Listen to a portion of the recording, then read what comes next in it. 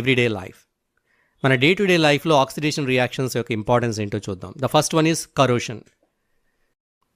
When a metal is affected by substances around it, such as moisture, acids, etc., it is said to be corroded, and this process is called corrosion. So ఏదైనా ఒక metal దాని చుట్టూ ఉండే conditions like moisture కానీ acid వల్ల కానీ అది ఏదైనా పాడైపోతే దాన్ని మనం కరోజన్ అంటాం. When iron is exposed to moisture, it gets coated with a reddish brown powder. This process is called as rusting of iron. Iron కనుక మాయిశ్చర్కి ఎక్స్పోజ్ అయితే దాని మీద ఒక రెడ్డిష్ బ్రౌన్ పౌడర్ లాగా ఫామ్ అవుతుంది. ఐరన్ గ్రిల్స్ కానీ రైలింగ్స్ కానీ ఐరన్ గేట్స్ కానీ చూస్తాం కదా, తుప్పు పట్టడం, దట్ ఈస్ రస్టింగ్. సో ఇది ఆక్సిడేషన్ వల్ల జరుగుతుంది. The black coating on the silver articles and green coating on the copper items. So iron ఒకటే కాదు, సిల్వర్ ఆర్టికల్స్ కూడా మనం గాల్లో ఉంచినప్పుడు రియాక్ట్ అయ్యి పాడవుతాయి. అలాగే కాపర్ ఐటమ్స్కి కూడా పైన గ్రీన్ కోటింగ్ అనేది వస్తుంది, సిల్వర్ ఆర్టికల్స్కి బ్లాక్ కోటింగ్ వస్తుంది. So these are the examples of corrosion. Rancidity.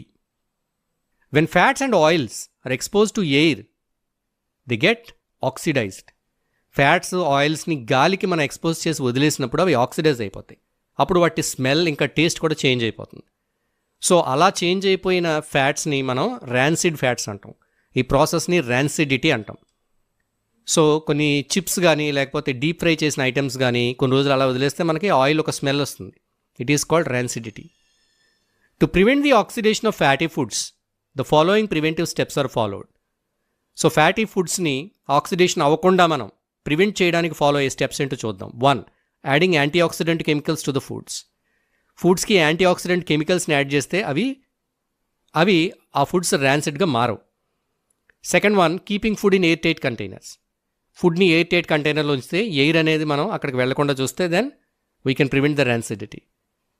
And chips packets, filling the chips packets with nitrogen gas.